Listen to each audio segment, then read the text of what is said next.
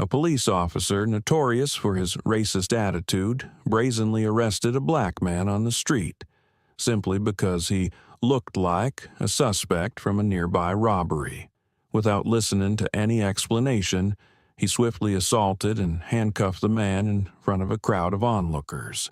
But what the officer didn't know, the man he scorned was a powerful figure, holding enough influence to expose the corrupt system the officer served.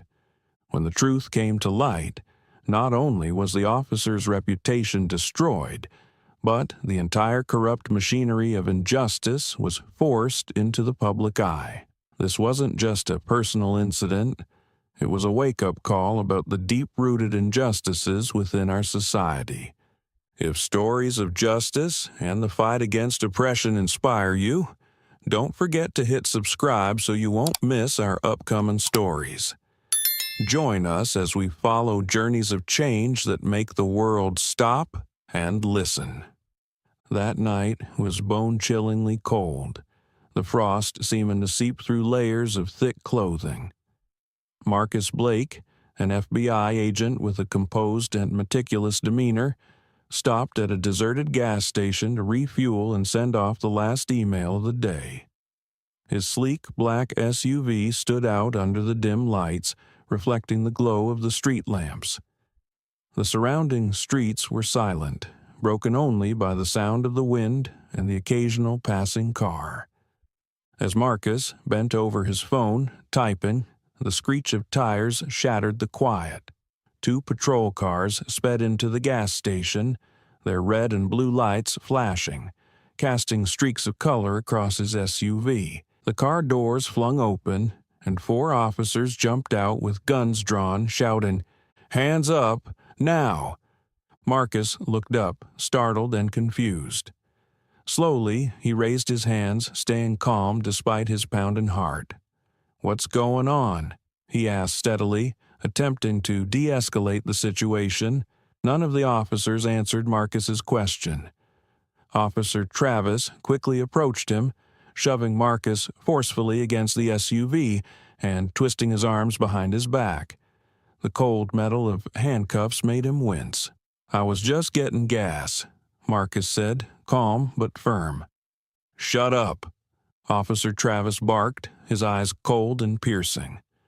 Another officer began searching Marcus's pockets, ignoring his protests. They had no warrant, yet continued their search. When Officer Travis reached into Marcus's inner jacket pocket, he pulled out a small leather object. Opening it, he found a gleaming FBI badge. A flicker of hesitation crossed his face, but it was quickly replaced by suspicion. "Fake badge. You think this will fool anyone?"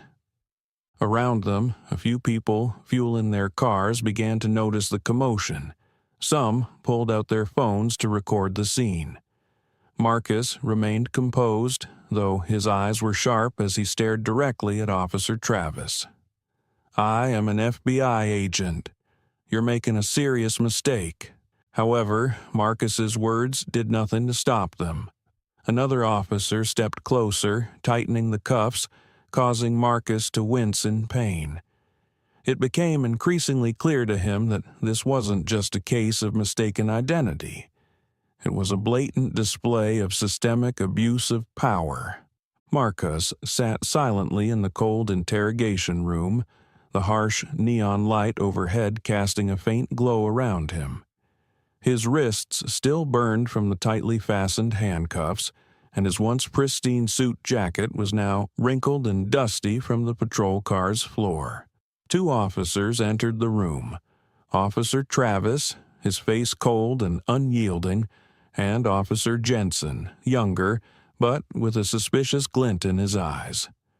"Who do you think you are, walking around so freely?" Travis began, his tone laced with sharp mockery. "I was just getting gas," Marcus replied curtly, his gaze unwavering from Travis. Jensen tossed a file onto the table, scattering papers to reveal a blurry photo from a security camera. A black man in dark clothing leaving the scene of a robbery. "Is this you?" Jensen asked, his voice strained with a barely concealed accusatory edge. Marcus glanced at the photo, then looked up, his voice firm. "That's not me." "Exactly the kind of excuse I expected," Travis sneered, circling behind Marcus. He placed a heavy hand on Marcus's shoulder, pressing down hard. "You know, we don't need your confession to put you away. It all fits. The description, the black SUV, and being black. That's enough." Marcus stared at the blank wall of the interrogation room, his mind drifting to memories he had tried to bury. He recalled the first time he was stopped by police as a teenager, just for jogging in his neighborhood. "You don't look like you belong here," they had said. He also remembered his first year at the FBI Academy, where he had to work twice as hard to prove himself under the weight of his colleagues' prejudiced gazes. "What are you thinking, Blake?" Travis's voice yanked Marcus back to the present. But Marcus didn't answer. His silence only seemed to frustrate Travis further.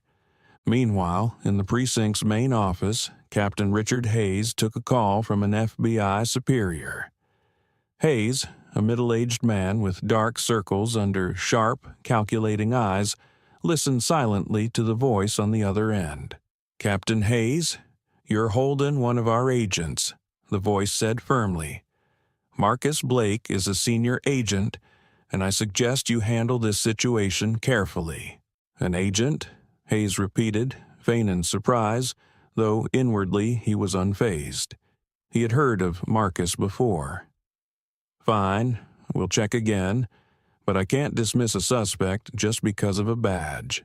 Hanging up, Hayes leaned back in his chair, his sharp eyes fixed on the interrogation room via the surveillance monitor. "Blake, if you think that FBI badge is going to save you, you're dead wrong," he muttered. Hayes knew this situation could cause trouble, but he didn't care. Under his watch, the precinct harbored more than a few secrets. Cases like this typically ended swiftly, either with a fabricated story or conveniently missing evidence. He wasn't about to let an FBI agent expose those secrets. Marcus recognized the irregularities in the way Travis and Jensen kept accusing him, without presenting any solid evidence. "Do you seriously believe I'm the person you're looking for?" he asked, his gaze challenging. "We don't need to believe. We just need to do our job," Travis replied, a smug smile creeping across his face. But Marcus understood. This wasn't just a case of mistaken identity. It was a calculated move within a system riddled with complexities, and he had become a pawn in their game. Marcus sat silently, his gaze calm yet resolute, staring directly at Officer Travis. The mockery and defiant attitude of the officer did nothing to unsettle him, but questions swirled in his mind. This was not the first time he'd found himself in such a situation. This was not the first time he had been a victim of a system rife with prejudice. Painful memories flooded back like a cold tide. He remembered an incident from the previous year. An old friend, Jamal Carter, was stopped by police while driving to visit his sick mother. The reason? "This car looks like it was stolen." Jamal was searched, shoved to the ground, and detained overnight at the police station despite no evidence of any crime. But Jamal wasn't the only one. Marcus recalled reports he had reviewed during internal FBI investigations. Names, faces, and heartbreaking stories of black individuals who were unjustly detained, beaten, or even shot simply because they looked like a suspect. "You're not special, you know," Travis suddenly said, breaking Marcus's train of thought. "People like you think you're above the law, not here." Travis's words dripped with prejudice, and Marcus didn't have to think hard to understand that, for officers like him, everything was about asserting power, a game to maintain their dominance within a corrupt system. In the silence that followed, Marcus thought of his wife Emily and their two young sons, Ethan and Caleb. They were at home, unaware of what was happening. Ethan, 8 years old, often asked his father about his work, proudly telling others that his dad was an FBI agent, a real-life hero. Caleb, 5, liked to mimic Marcus's walk, calling him Superman. Marcus imagined the two boys asking him, "Why were you arrested, Dad?" How could he explain that even as an FBI agent, he wasn't immune to injustice? How could he teach them to respect the law when he was its victim? He remembered Emily's words. "Marcus, I'm always proud of you, but sometimes I'm scared. I'm scared that one day you'll be treated like all the others, just because you're a black man." At the time, he had dismissed her fears, assuring her that his FBI badge was his shield. But now, sitting in this interrogation room, he realized how wrong he had been. In the main office, Captain Richard Hayes sat reviewing the surveillance footage of the interrogation room. His eyes were cold and calculating, sharp with awareness. To Hayes, Marcus wasn't just an FBI agent. He was a threat. The system Hayes controlled had been built over years of cover-ups, bribes, and manipulation. Officers like Travis were perfect tools, easy to control, easy to exploit, and willing to do anything to protect their positions. The call from the FBI had increased the pressure on Hayes, but not because he feared Marcus.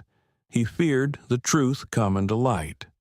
Under his leadership, this precinct had buried countless secrets, from abuses of power to bribes taken from criminal organizations. "Blake isn't an ordinary man," Hayes muttered, his expression pensive. "If he digs deeper, this entire system could collapse." Hayes picked up the phone and called Travis, delivering a simple but chilling order. "Keep him as long as possible. Don't let him leave until we've checked everything. And if you find anything suspicious, make it disappear." Marcus could feel the injustice closing in on him. Despite maintaining his composure, he understood that this was not just a misunderstanding. It was part of a system he had once tried to reform, yet now he was caught in its machinery. Inside, Marcus made a promise to himself. "If they think I'll stay silent, they're wrong." Marcus was jolted out of his thoughts as the interrogation room door slammed open, the sound reverberating through the enclosed space, causing him to unconsciously clench his hands on the cold table surface.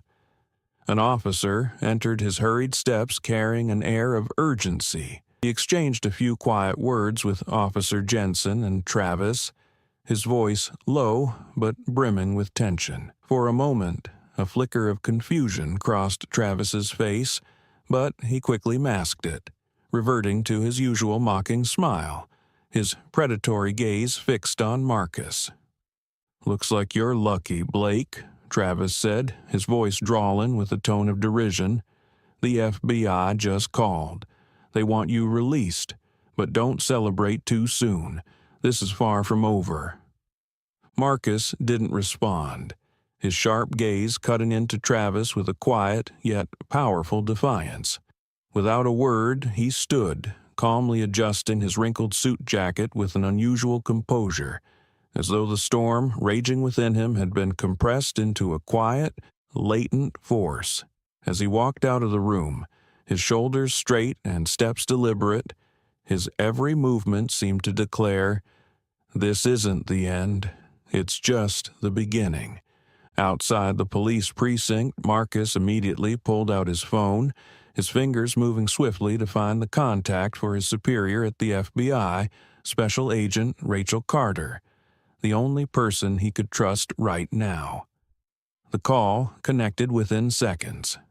"Rachel," Marcus began, his voice sharp but measured, "I want to propose an internal investigation.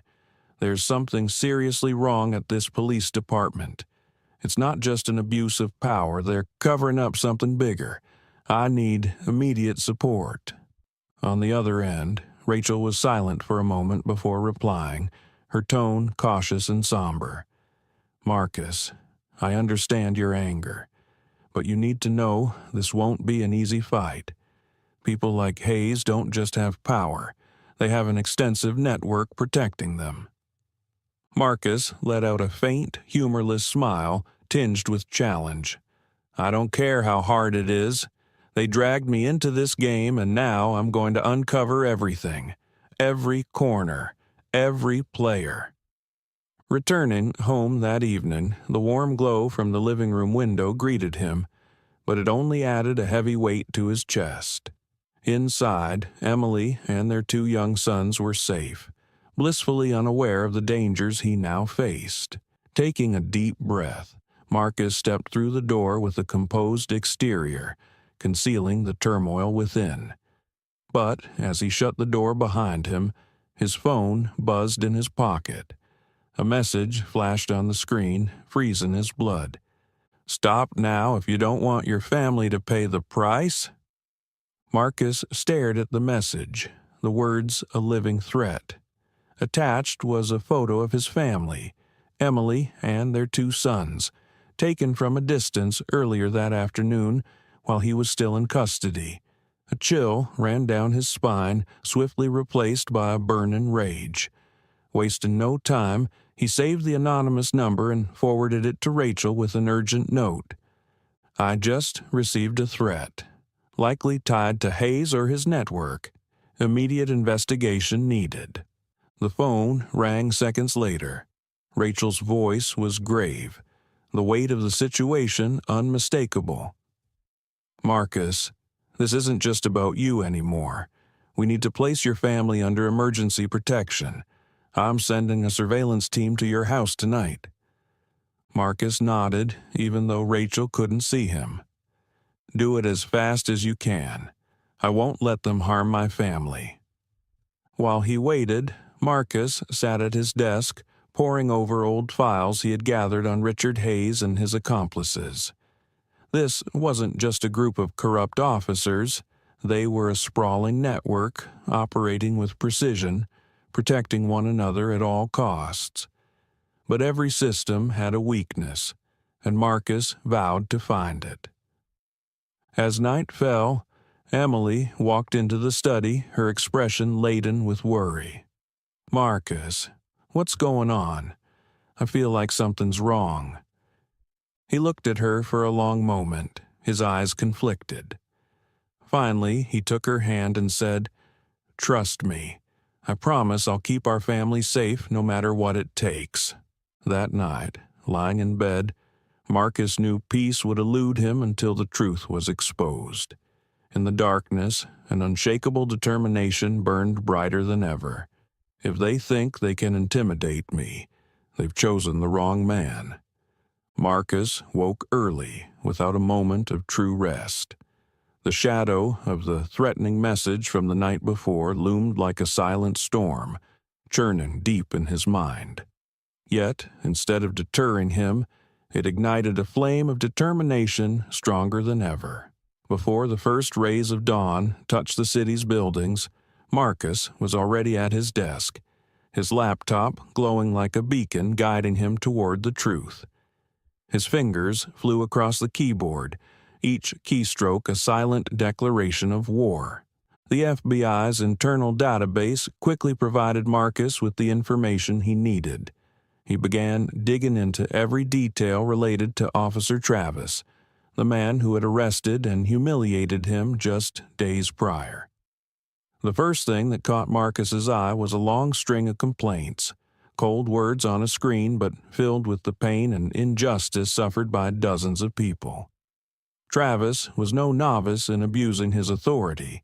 He had been accused multiple times of excessive use of force, warrantless searches, harassment, and intimidation, especially against marginalized groups, including black individuals.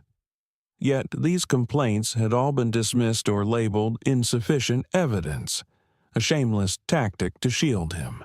One case stood out, the incident involving Elijah Daniels, a delivery driver wrongfully arrested by Travis 2 years ago.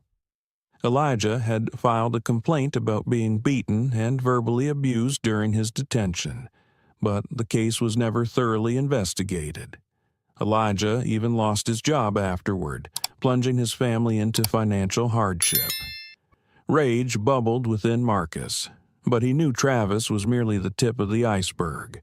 Someone was protecting him, ensuring he never faced consequences. And Marcus knew exactly who that someone was: Captain Richard Hayes. Marcus immediately called Special Agent Rachel Carter, his voice firm as the call connected. "Rachel, I've uncovered a significant amount of evidence about Travis's abuses," he said, his breathing heavy. "But this isn't just about him. Hayes is covering everything up, and I'm certain he's not acting alone." Rachel was silent for a moment before replying, her voice weighted with gravity. "Marcus, I think you need to hear this. Our investigation team just sent in a report. There's a name that keeps appearing in financial transactions and internal communications within Hayes's precinct. They call him the Broker." Marcus frowned. "The Broker? Who is he?" "No one knows for sure," Rachel replied. "But he's a puppet master running a corruption network that extends beyond the police force into local government. Travis and Hayes are just pawns in his game." Marcus opened the documents Rachel had sent, and the name The Broker loomed like a specter through the lines of text. He never appeared directly, but his fingerprints were everywhere. Suspicious financial transactions, large sums funneled through shell companies, anonymous donations to political campaigns, and secret payouts to silence complaints. Marcus quickly realized this wasn't just corruption. It was a system engineered to protect itself, a well-oiled machine designed to preserve power and enforce silence. These revelations only fueled Marcus's resolve. He convened a meeting with Rachel and the investigation team. "We need a plan," Marcus said, his voice steely, his eyes blazing with unwavering determination. "They think they're untouchable, but everyone has a weakness. We need to find a crack in their armor, someone in their network who will slip up, and we need to be ready to exploit it." Rachel nodded in agreement. "We'll need more evidence to force Hayes and Travis to give up the Broker. And if we don't act fast, they'll start wiping out every trace of their operation." That evening, as Marcus pored over documents at his desk, his phone buzzed unexpectedly. A message appeared on the screen, its blood-red letters glaring ominously. "Stop, Blake. We know your every move." Attached was a photo of Marcus's house taken from a distance, its familiar silhouette now cloaked in menacing darkness. This was no longer a warning. It was a declaration of war. Marcus felt his heart pound, not from fear, but from the boiling anger within him. They weren't just targeting him. They were targeting his family, the people he loved most. He stared at the phone screen, his eyes alight with a cold, unyielding determination. "They've crossed the line," he thought. "Now, I'm not just fighting to expose the truth. I'm going to destroy the entire system they've built." The darkness outside only steeled Marcus's resolve. He knew there was no turning back from this moment, and he would not stop until everything was brought into the light. The atmosphere in Marcus's house seemed heavier after the threatening messages. He tried to maintain a calm demeanor in front of his wife and children, but his mind was taut like a tightly wound string. Every small sound outside the door made him react like a soldier in a war zone. He knew that those behind the threats wouldn't stop sending messages. And then, what he feared most happened. That night, around 2 a.m., Marcus jolted awake at the sound of a strange noise coming from the living room window. He quickly reached for the gun in the bedside drawer, signaling to Emily to stay quiet and remain in the bedroom with the children. Marcus's footsteps were silent but cautious as he moved toward the source of the sound. The living room lights flicked on as he entered, revealing chaos. A broken window, furniture overturned, but no one in sight. Scanning the room, Marcus's eyes landed on an old, battered phone discarded on the floor. On its lock screen, a message was displayed. "This is just a warning. Next time, we won't be so gentle." Marcus's heart tightened.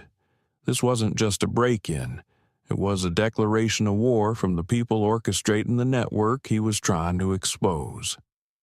After reading the message, Emily entered the living room, her face a mix of worry and anger. "Marcus, I've been thinking about this all day. We can't keep living like this.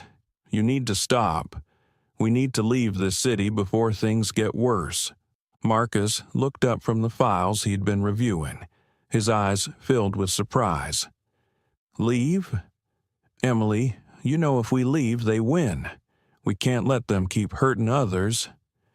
Emily shook her head, her voice rising. "And what about your family? What about Ethan and Caleb? Have you thought about what happens if one day they follow through? I can't let our kids live in fear." Marcus stood and approached Emily. "Emily, I understand your fears, but it's for Ethan and Caleb, for their future, that I can't stop. If we don't stand up, who will?" Tears streamed down Emily's face as she looked at him. "Marcus, you're a hero to me and our boys, but we need you to be a father, a husband. I don't need a hero if it means losing you." She took a deep breath, her voice soft but firm.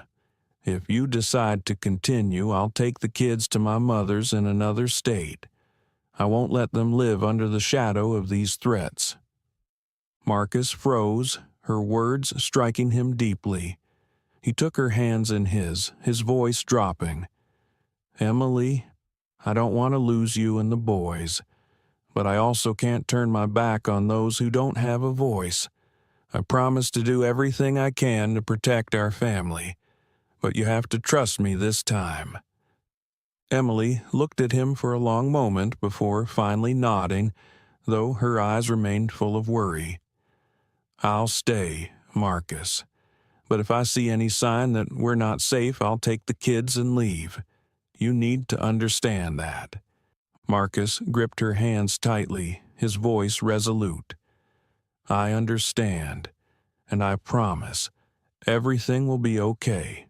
The next morning, as sunlight streamed into a house that no longer felt safe, Emily walked into the living room where Marcus sat amid the chaos. Her face was tense with worry, but her eyes held a steely determination. "Marcus, I can't do this anymore," she said, her voice trembling. "They came into our home. What happens next time if you're not here? What will happen to me and the kids?" Marcus met her gaze, his eyes filled with inner turmoil. He knew her fears were valid, but he couldn't back down. "Emily, I understand your fear, but if I stop now, they win. They'll keep hurting others. Families who have no one to protect them." Tears fell from Emily's eyes as she clenched her fists. "Marcus, I don't care about anyone else right now. I care about our family. Ethan and Caleb need a father, and I can't lose you." Marcus stood, placing his hands on her shoulders, his eyes steady and unwavering. "I promise, Emily, I will protect you and the kids at all costs. But I have to keep fighting this battle. It's not just for me. It's for our future and the future of this city."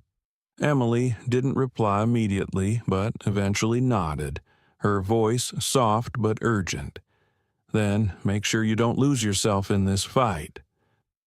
Marcus immediately contacted Rachel, recounting the break-in and handing over the abandoned phone to the FBI's technical team for analysis. "They've gotten too close. I need to know who orchestrated this and if there's a direct link to Hayes or the broker." Rachel agreed to increase security for Marcus's family. A surveillance team was dispatched, but both knew this was only a temporary measure. "Marcus," Rachel said over the phone, "you're taking on a system that won't hesitate to use violence to protect itself. They won't just threaten. You need to be ready for them to act." "Then they've made a mistake," Marcus replied, his voice icy. "They think I'll be scared and back off, but they've underestimated me." That night, as he sat in his study, Marcus reopened files on Hayes and Travis. He knew that to dismantle this network, he had to start with its weakest links. "The broker," Marcus murmured, his eyes burning with determination. "If I can find him, I'll bring their entire system crashing down." Marcus sat in his study, the dim light from the desk lamp casting a faint glow over the scattered documents on the desk. His face was pensive, his sharp gaze locked onto the densely packed lines of text on the papers before him. Outside, the house was cloaked in darkness, so silent that the ticking of the clock seemed deafening. The break-in, the anonymous threats, and his family's worry hammered relentlessly at his mind. Yet, instead of breaking him, they fanned the flames of his determination.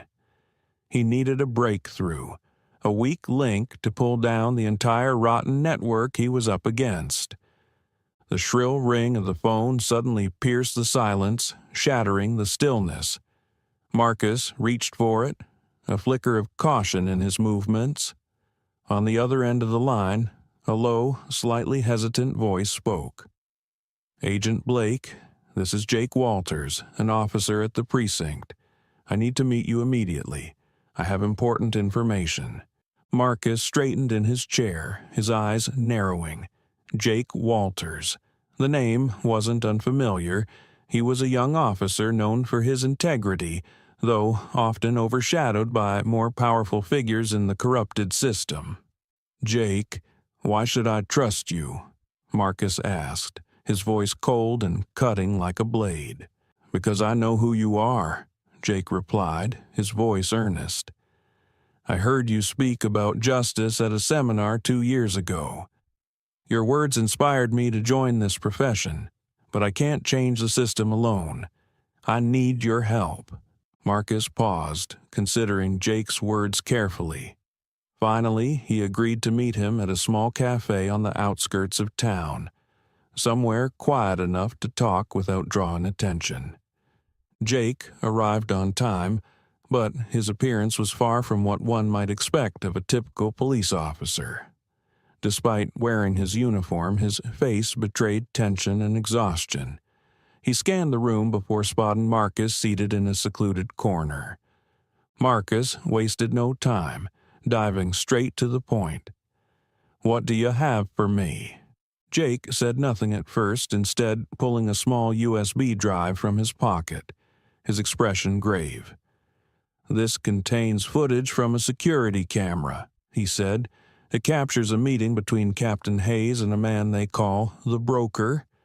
He's given Hayes orders to cover up cases, including yours." Hearing the name the Broker, Marcus felt a surge of adrenaline. "How did you get this?" he asked, unable to hide his surprise. Jake nodded, explaining. "It's from the security camera in the conference room. Hayes thought he erased the data, but I managed to copy it before the system was wiped." Without wasting a moment, Marcus returned home and plugged the USB into his laptop. The screen illuminated, and the video began to play. The first image was of Captain Hayes, his familiar stern face sitting across a large conference table. Opposite him was a man in a black suit, his face obscured by shadow. When the man spoke, his deep, commanding voice sent a chill down Marcus's spine. "Hayes, I don't care what you have to do," the man said, each word cold and deliberate. "I want everything cleaned up. Make sure no one asks questions, especially about complaints from those unimportant people." Hayes's voice followed, tinged with unease. "Blake is an FBI agent, If he keeps digging, we'll have a big problem." The man, identified only as the broker, chuckled darkly. "You know what to do, Hayes. Don't disappoint me." Marcus paused the video, his heart heavy. This was the evidence he needed to incriminate Hayes and expose the corrupt network. But it also confirmed the true threat posed by the broker. He wasn't just a figure behind the scenes.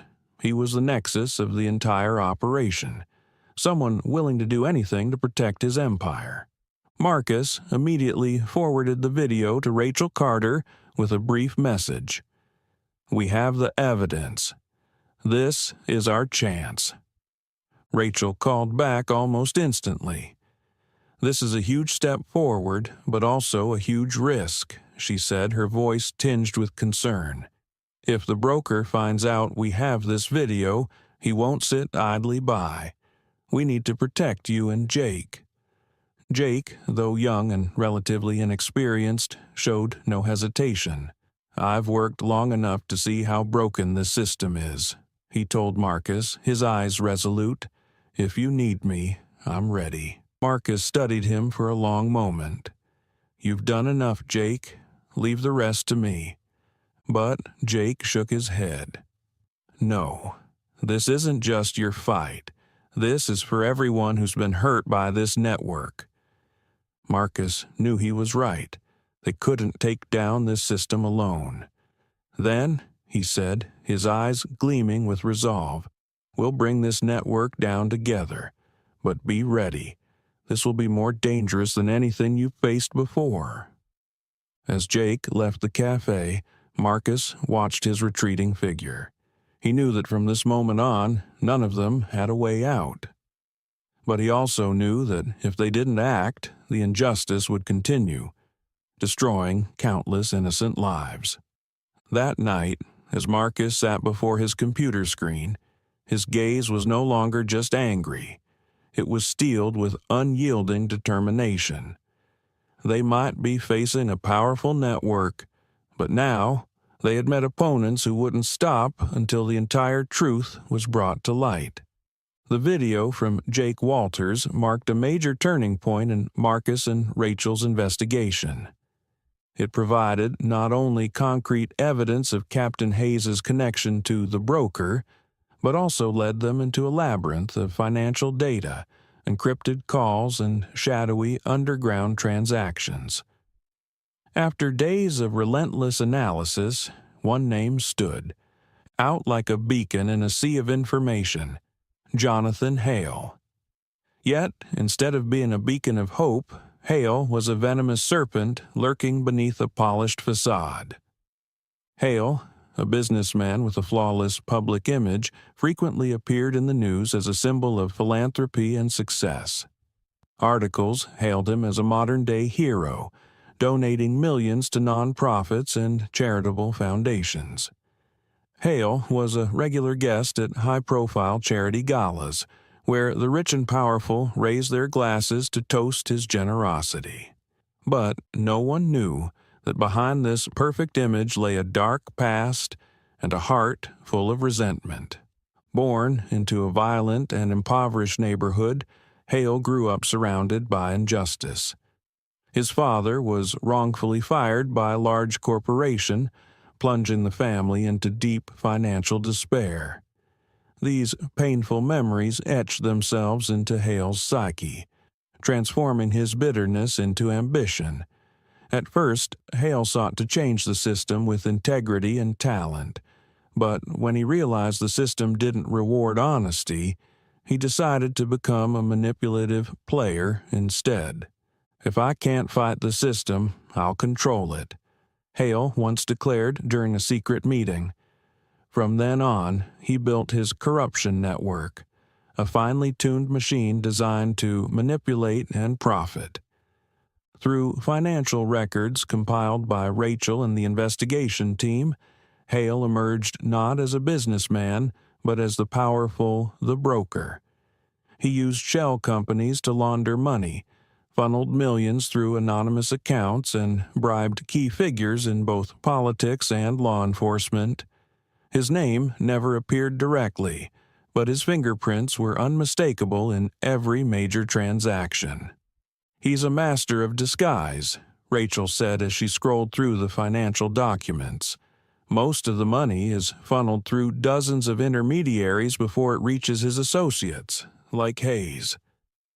Marcus stared at the screen, his gaze icy. "He hides well, but this time we've found him." The FBI team immediately began planning. Tracking Hale's movements, they identified his frequent visits to a luxurious penthouse in the heart of the city, located on the top floor of a heavily secured building.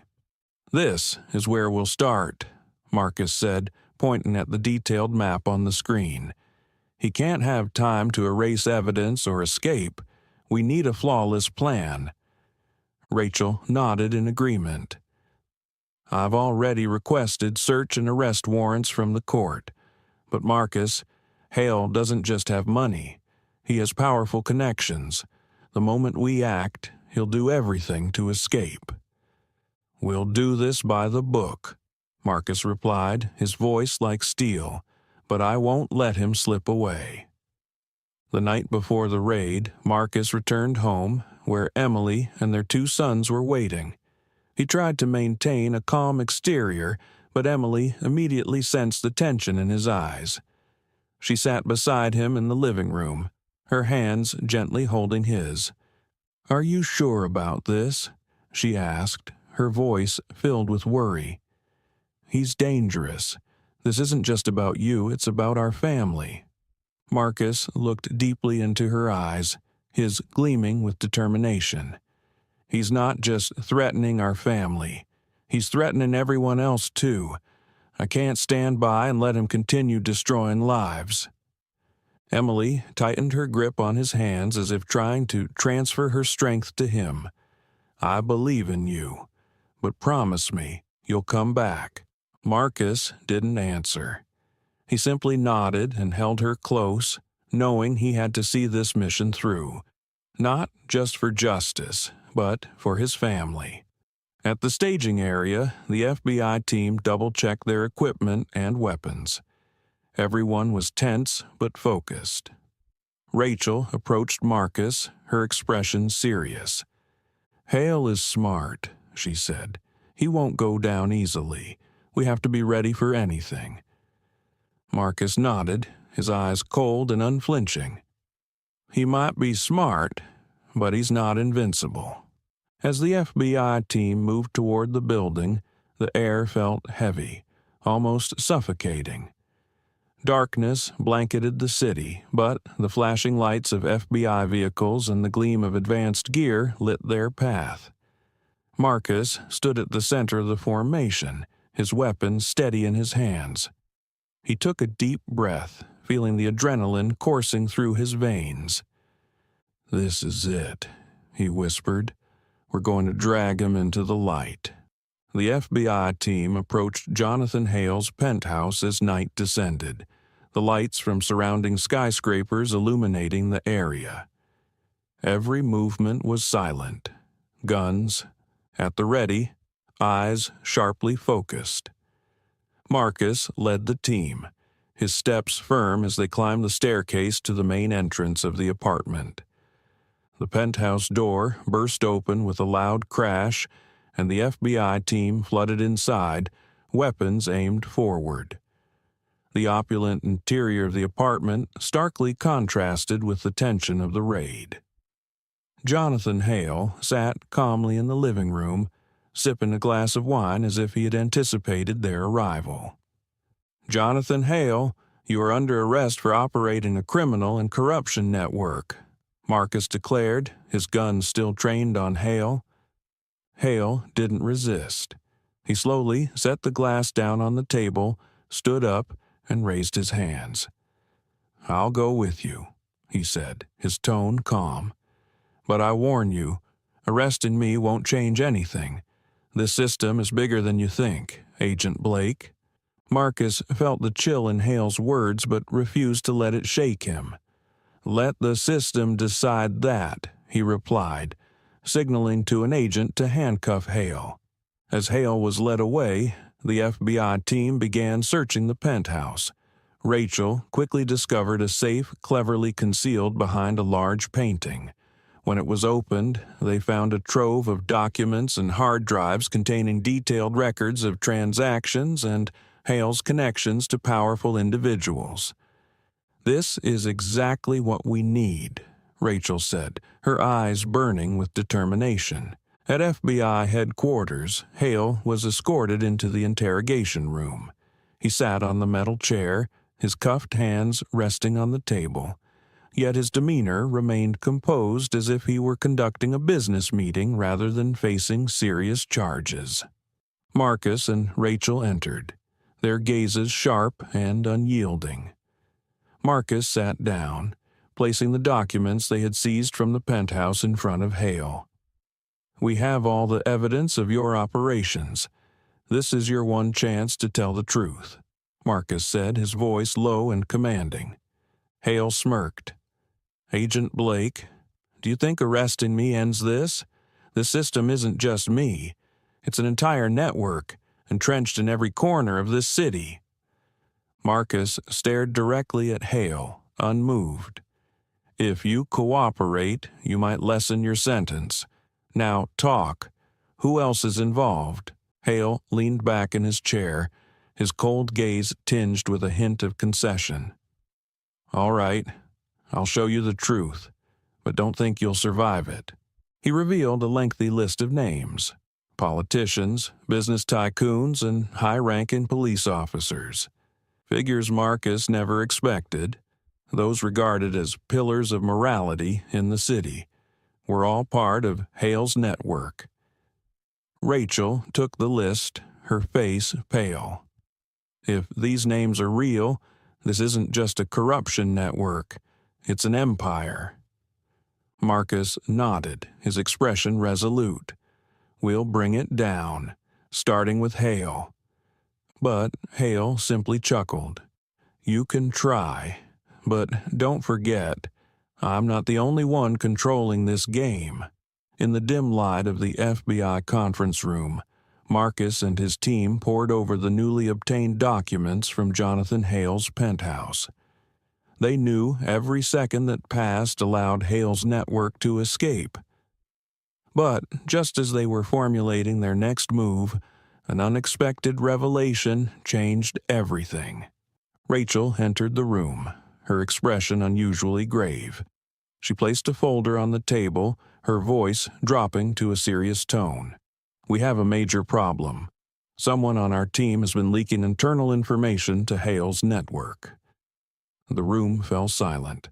Marcus's eyes locked onto Rachel, his face tense. "Are you certain?" Rachel nodded. "Our cybersecurity team detected unauthorized access and data extraction from our system. The stolen information matches our raid plans and the list of suspects we've been tracking. Someone deliberately sabotaged us from the inside." The silence grew heavier, the air thick with tension. Marcus's gaze swept across the team, suspicion creeping in. "Who did this, and why?" Rachel slid a photo across the table, an image of Jake Walters, the young officer who had helped Marcus secure the critical video evidence. Marcus felt as if he had been punched in the chest. "That's impossible. Jake risked everything to get us that evidence." Rachel's tone was firm. "I know you trust him, Marcus, but we have proof. His IP address matches the one that sent the data to an overseas server. A team was dispatched to apprehend Jake, but he had disappeared." Marcus, refusing to believe Jake was a traitor, personally combed through the data connected to him. What he discovered left him stunned. Jake hadn't acted out of greed or fear. He had been coerced. Encrypted messages on Jake's computer revealed that the broker had threatened him. The network had uncovered Jake's vulnerabilities, a massive family debt, and the safety of his loved ones. They had exploited these weaknesses to force him into betrayal. Marcus clenched his fists, anger blazing in his eyes. Jake isn't a bad person. He was put in an impossible position, but his actions have put us in more danger than ever. Rachel reported grimly, "The leaked information has allowed some of Hale's key operatives to prepare for escape. We've just learned Hale has sent a group overseas to protect his remaining assets." Marcus didn't hesitate. "We have to stop them before they leave the country." A strike team was assembled, and Marcus led the operation. They tracked a convoy heading toward a private airstrip on the city's outskirts. The pursuit unfolded under the cover of night, every second ticking against them. As the FBI team neared the airstrip, they were met by an armed group guarding the convoy. A fierce firefight erupted, gunfire tearing through the stillness of the night. Marcus directed the team with precision, steadily closing in on the convoy that was preparing to board a waiting jet. "No one escapes," Marcus barked through his radio. "We take them down here and now." On the tarmac, a small jet's engines roared, ready for takeoff. Marcus sprinted toward Hale's vehicle, firing at its tires and forcing it into a spin that stopped it just short of the plane. Hale was dragged out of the car, his smirk unshaken. "You can't stop this, Blake," he sneered, his tone dripping with defiance. "Even if I'm caught, the system will keep running. You have no idea what you're up against." As Hale was cuffed and taken away, Jake appeared beside Marcus, his face etched with remorse. "Marcus, I'm sorry for betraying you. I hope this helps make things right." Marcus looked at Jake, his expression softening. "You saved this mission. Use this chance to start over, Jake. Don't let anyone force you to betray your conscience again." Jake nodded, tears glinting in the headlights. "I will, Marcus. I won't look back." Shortly after the raid, Marcus received a message from Jake. It was a heartfelt apology and explanation. "Marcus, I had no choice. I tried to do the right thing, but they forced my hand. I hope you can understand."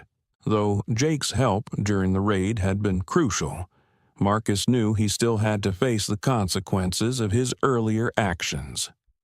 Rachel, understanding the complexity of the situation, suggested Jake cooperate as a witness in the upcoming trials. Jake might be the key to exposing even bigger players in the network, Rachel told Marcus. Marcus nodded. "He deserves a chance to make amends, but we need to keep him safe. People like Hale won't stop if they think Jake can hurt them." Marcus realized that Hale's system wasn't merely a corruption network. It was an empire of manipulation from within.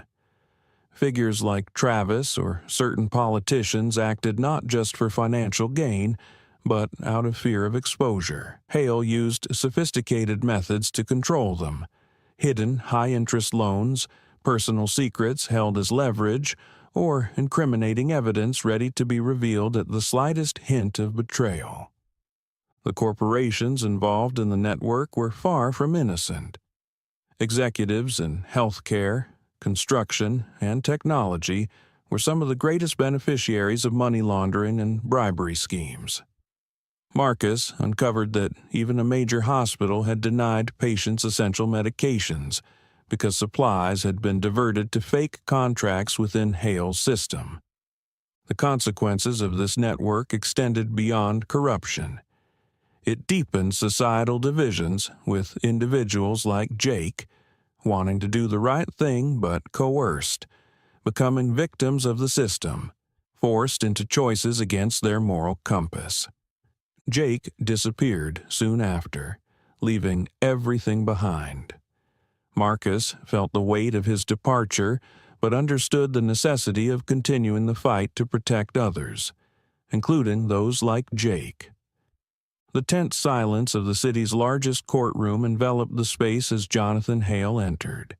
His eyes still carried an air of arrogance, but the stiffness in his shoulders betrayed the weight of the pressure he was under. This wasn't just a trial of one man. It was a confrontation between justice and a deeply entrenched corrupt system. Marcus sat in the witness section, his sharp gaze fixed on Hale as he took his seat at the defendant's table. Beside Hale was a team of top-tier lawyers who paid an astronomical sum to defend their client. The judge's gavel struck, signaling the start of the trial. The prosecutor, a sharp-witted woman named Karen Price, began her opening statement. Today, we are not merely trying Jonathan Hale. We are confronting a system that has harmed thousands of innocent people.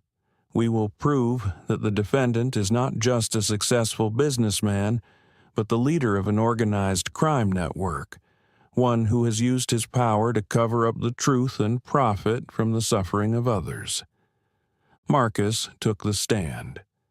The courtroom fell into absolute silence as he recounted the entire ordeal, from the confrontation at the gas station, the threats against him and his family, to the evidence gathered against Hale. Jonathan Hale is not just the operator of a corruption network. He has manipulated police, politicians, and businesses to protect his interests. My team and I have gathered enough evidence to directly link him to these illegal activities, Marcus declared. He presented the court with video footage, financial records, and testimonies from key witnesses. Each piece of evidence struck like a hammer blow against the carefully constructed image Hale had maintained. When it was Hale's turn to speak, he began with a mocking tone. "I'm just a hard-working businessman. These accusations are absurd. This is nothing more than a conspiracy to destroy my reputation." But then he shifted tactics, pointing fingers at others within the network. He named police officers, politicians, and business partners, painting himself as a victim, caught in a larger scheme. Hale's sneer swept across the jury as if attempting to sow doubt. Rising to his feet, his voice was calm but calculated. "It's fascinating that everyone here seems to believe these so-called pieces of evidence. But are they truly reliable? An audio recording with no video of me, a list that anyone could have fabricated, and a witness like Agent Blake, driven by a personal vendetta." He paused, locking eyes with Marcus. "Blake, do you think you've won? What you don't realize is that I've prepared for all of this. Let's see what happens when your evidence isn't enough."